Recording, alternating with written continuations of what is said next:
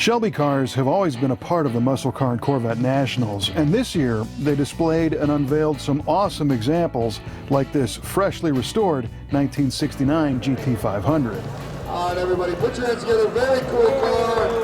Thank you so much for bringing it out here for the 2016 Muscle Car and Corvette Nationals. However, the MCACN show is not just about the cars, and you will often find the people behind the cars in attendance at the show. We were fortunate enough to chat with Chuck Cantwell and learn more about his key role in developing the Shelby Mustangs.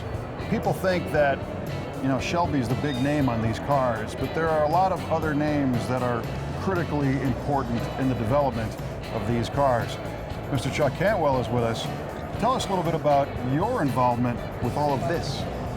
Okay, I was a project engineer on the GT350s and the 500s, and also on the Trans Am cars that came at the same time, actually, and the car model race cars, which we have here in the show.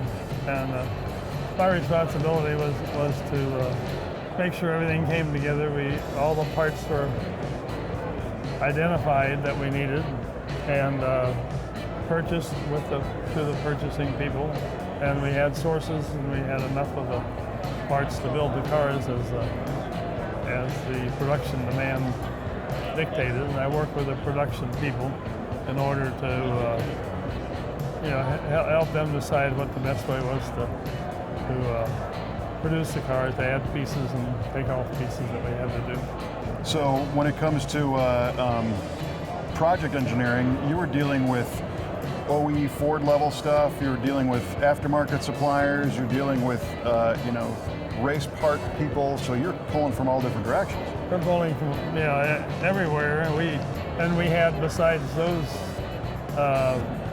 sources, we also had to deal with people, just manufacturers. We had parts that we weren't necessarily manufactured, weren't necessarily aftermarket, but were manufactured specifically for the car, and so we had to supply sufficient information for them.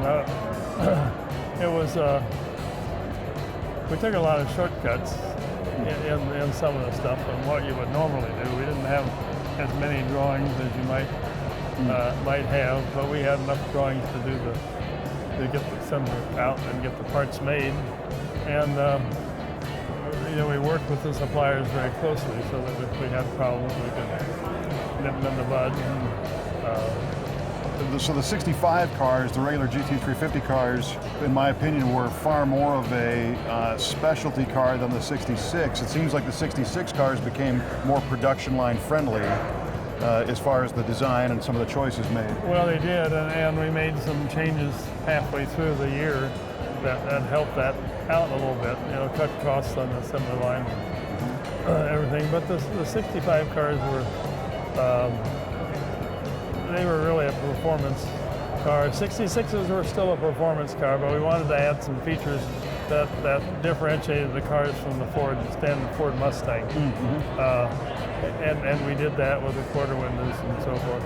Well, and what that leaves us today is every iteration of the car has its own unique story and its own personality. And part of the mystique of why these cars are so popular, sure, they're awesome performers, sure, they look great, sure, they're collectible, but these kinds of stories are so fascinating to hear how this stuff actually happened, because I don't think things happen this way today. It's a different world. Yeah, probably not. We were a little primitive maybe in some of the things we were doing, but we had a lot to do in a very short period of time. I mean, in the 65 model, we started building the first couple of cars in 64, but in the 65 calendar year, we produced essentially 500 GT350s, designed the 66 GT350, started building those cars, and before the end of the year, we were in the Trans Am cars building them. Yeah, and being successful in all of them. And we won all the championships with those cars.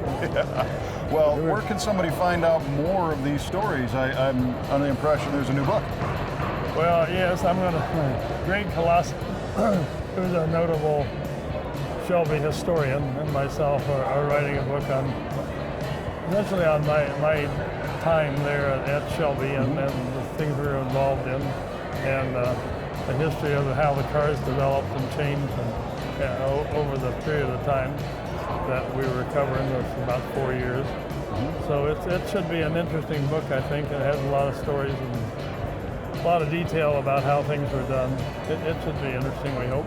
Well, we look forward to seeing it when it comes out. Well, good. Chuck, thank you so much for taking the time, and we You're quite appreciate all welcome. your hard work over the years, and all of us who appreciate these cars really love this show and seeing this kind of stuff and hearing this stuff from guys like you. Thank you. Yeah, you're quite welcome.